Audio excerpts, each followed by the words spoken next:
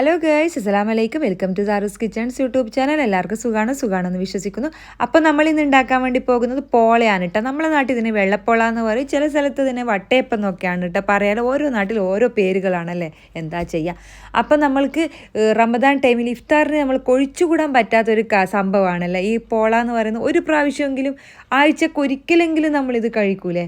നല്ല രസമല്ലേ, നല്ല അതിൻ്റെ കറിയൊക്കെ കൂട്ടിയിട്ട്, അതിൻ്റെ തേങ്ങപ്പാലും പഴമൊക്കെ കൂട്ടിയിട്ടുള്ള കറിയൊക്കെ കൂട്ടിയിട്ട് കഴിക്കാൻ ഭയങ്കര ടേസ്റ്റാണ്.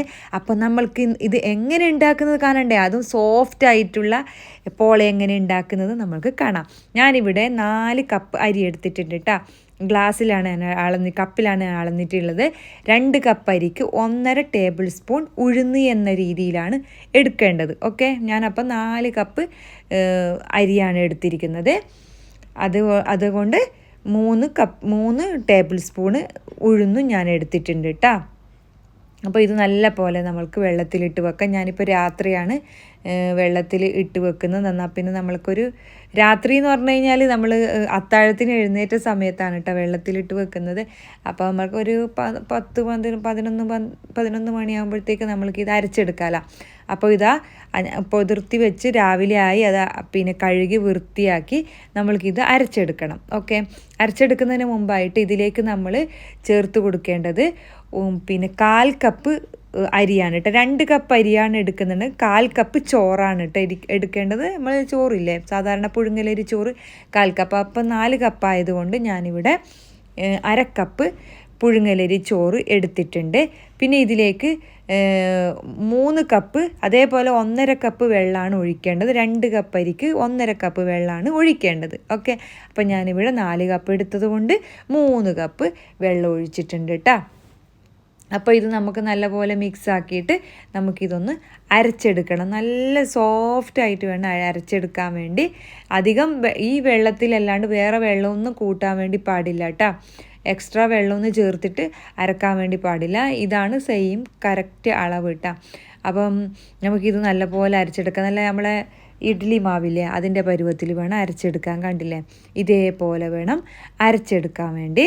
അപ്പം ഇതിൽ നമ്മൾക്ക് കുറച്ചുകൂടി കാര്യങ്ങൾ ചേർക്കാനുണ്ട് കേട്ടോ.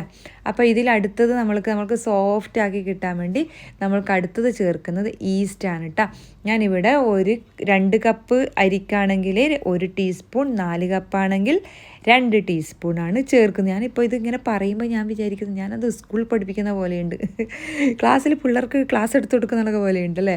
അപ്പോൾ ഇതാ അതേപോലെ പഞ്ചസാര ഞാനിപ്പോൾ തൽക്കാലം 2 ടീസ്പൂണ് മാത്രമാണ് ഇട്ട് കൊടുക്കുന്നത്. അപ്പം ഇത് നമുക്ക് നല്ല പോലെ മിക്സാക്കി എടുക്കണം കേട്ടോ. കാരണം ഇത് ഈസ്റ്റൊക്കെ അല്ലേ, ഇത് നല്ല പോലെ അലിയിച്ചിട്ട് നമുക്കിത് നല്ലപോലെ പൊന്താൻ വേണ്ടി വെക്കണം.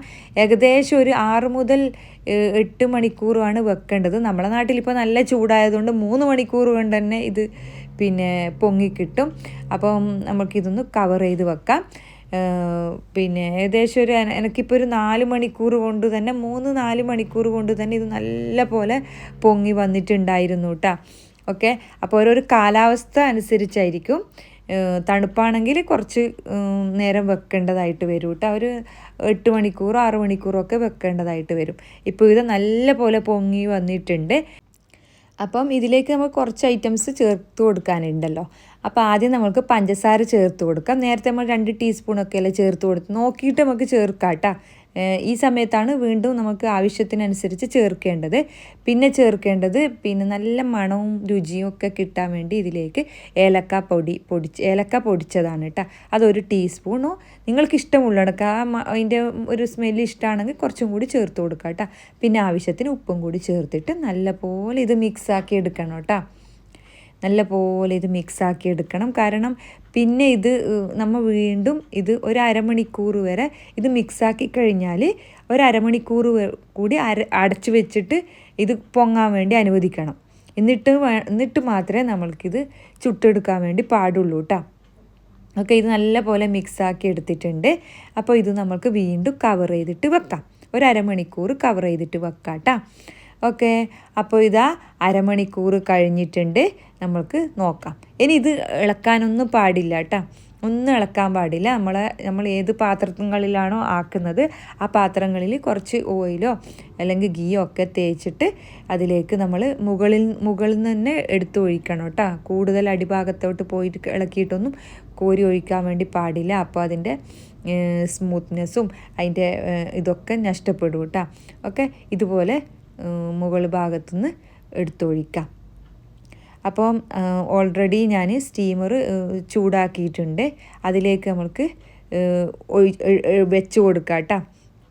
ഞാൻ ഇഷ്ടം പോലെ സ്റ്റീൽ പാത്രം എടുത്തിട്ടുണ്ട് കേട്ടോ. അതിൽ ആകുമ്പം വെക്കാൻ വേണ്ടിയിട്ട് പെട്ടെന്ന് ഇത് ഇളകി കിട്ടൂലല്ലോ. അപ്പോൾ നമ്മളിത് ഒഴിച്ച് വെച്ച് കഴിഞ്ഞാൽ അവിടെ നിന്ന് തന്നെ ഇത് പൊങ്ങി വരികയും ചെയ്യും. നമുക്ക് അത് ആയിക്കഴിഞ്ഞാൽ അടുത്ത പാത്രം എടുത്തിട്ട് അതിലേക്ക് വെക്കാമല്ലോ. അതിന് വേണ്ടിയിട്ടാണ് കേട്ടോ.